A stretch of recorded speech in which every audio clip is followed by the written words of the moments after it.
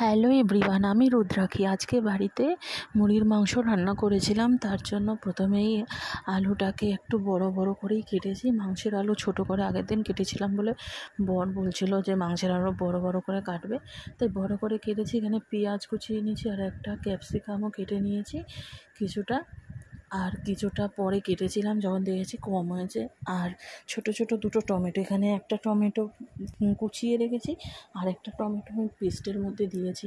তো এখানে টমেটো আছে, আদা রসুন আছে, অল্প একটু পেঁয়াজ কুচি আছে আর 10টার মতো কাঁচা লঙ্কা আছে। একটু ঝাল ঝাল করেই করব।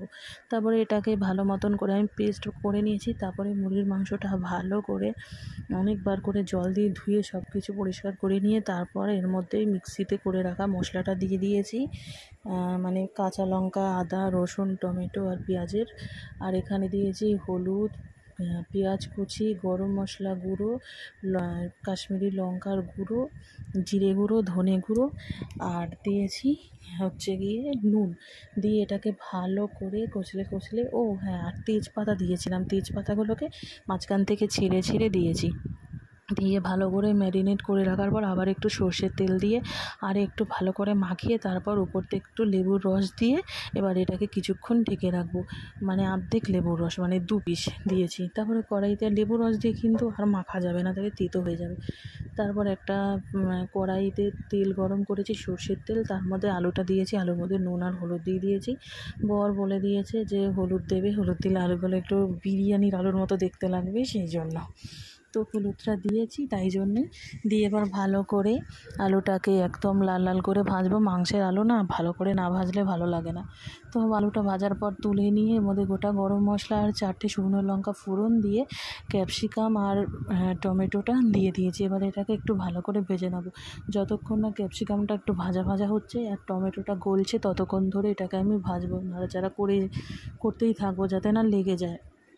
তো দেখো ক্যাপসিকামও একদম ভাজা হয়ে গেছে আর টমেটোগুলো কিন্তু একদম গলে গেছে। এবার ম্যারিনেট করে রাখা মাংসটা দিয়ে দিয়েছি। এবার মাংসটা দিয়ে ভালো মতন করে তেলটার সঙ্গে নাড়াচাড়া করে মিশিয়ে নেব একদম উপর নিচ পর্যন্ত, যতক্ষণ না ভালো করে মিশছে। কিছুক্ষণ নাড়াচাড়া করে নিয়ে তারপর এটা হাই টু মিডিয়াম আছে আমি গ্যাসটা ঢাকা দিয়ে রাখবো, মানে মাংসটা কড়াইটা। তারপরে আমি এটা আবার তুলে দেখলাম যে দেখো জল বেরিয়েছে কিছুটা। তো এই জলটা যতক্ষণ না কমছে ততক্ষণ পর্যন্ত ভালো মতন করে ঢাকা চাপা দিয়ে বারবার করে কষাতে হবে। মানে একটু করে নাড়াবো, আবার 5 মিনিটের জন্য ঢাকনা দিয়ে রাখবো, আবার ঢাকনা তুলে আবার একটু নাড়াচাড়া করে দেবো। এরকম করেই মাংসটা রান্না করে নিয়েছিলাম আমি অনেকক্ষণ ধরে। তো এবার দেখো জলটা যতক্ষণ না কমছে, তো তারপরে আবার আমি ঢাকনা তুলে দেখলাম জল কমে এবার উপর থেকে কিন্তু খানিক তেলও বেরিয়েছে, মোটামুটি কষানো হয়ে গেছে। আর যেহেতু লেবুর রস দিয়েছিলাম মাংসটা তাড়াতাড়ি সেদ্ধ হয়ে যাবে। তারপর আবার আর একটু নাড়াচাড়া করে নিলাম, কিছুক্ষণ নাড়াচাড়া করে আবার ঢাকনা দিয়ে দিয়েছিলাম। এইরকমভাবেই আমি খানিকক্ষণ ধরে রান্নাটা করেছি। আর চিকেনের মধ্যে এবার যখন হয়ে এসছে, তেল বেরিয়ে গেছে কষানো, তখন আমি চিকেনের মধ্যে ভেজে রাখা আলুগুলো দিয়েছি। এবং আলুটা দেওয়ার কারণ একটাই যে আলুটা তাড়াতাড়ি সেদ্ধ হয়ে যাবে এবং আলুর মধ্যে মশলাগুলোও ঢুকে যাবে। আর মাংসের আলু শক্ত থাকলে আমার ভালো লাগে না, আর হাজবেন্ডও বলে যে কেমন লাগে, সেই জন্য তখন আলুগুলো সেদ্ধ হয়ে গেছে আর তেলও বেরিয়ে গেছে অনেকটা। তো এবার যে জলটা আমি গরম করে রেখেছিলাম, মাংসেতে না ঠান্ডা জল একদমই আমি দিই না, ঠান্ডা জল দিলে একদম বেকার হয়ে যায়, সেই জন্য গরম করে রেখা জলটা দিয়ে দিয়েছি। আর বেশি জল দিইনি, কারণ আমি মাংসের ঝোল রান্না করব না, সেই জন্য। তো অল্প একটু জলই দিয়েছি বলা যেতে পারে। তো সেই জলটা দিয়ে এবার আলুটা আর মাংসটা কিছুক্ষণ সেদ্ধ হয়ে যাওয়ার পর দেখো জলটা অনেকটা কিন্তু কমে গেছে, তেলও ছেড়ে গেছে। আবার আমি একটু নাড়িয়ে দিলাম কিছুক্ষণ ধরে, ভালো মতন করে নাড়াচাড়া দিয়ে দিচ্ছি যাতে না তলা দিয়ে লেগে যায়, যেহেতু আমার গ্যাসের ফ্লেমটা না একদম হাইতে ছিল, সেই জন্য। আলুগুলো কিন্তু একদম সেদ্ধ হয়ে গেছে, কারণ ভেঙে গেছিলো 2-1টা আলু। তারপরে দেখো একদম ফুটছে আর হয়ে গেছে। এবার শুধুমাত্র গরম মশলা গুঁড়ো দেবো। গরম মশলা গুঁড়ো দিয়ে মাংস না দিলে ভালো লাগে না, আর আমি কিন্তু ঘিটা দিইনি, শুধু গরম মশলা গুঁড়ো দিয়েছি। আর আমি চিনিও দিইনি, আমি মাংসে খুব একটা চিনি দিই না, একদমই দিই না, আমার পছন্দ না একদম মাংসে চিনি দেওয়া।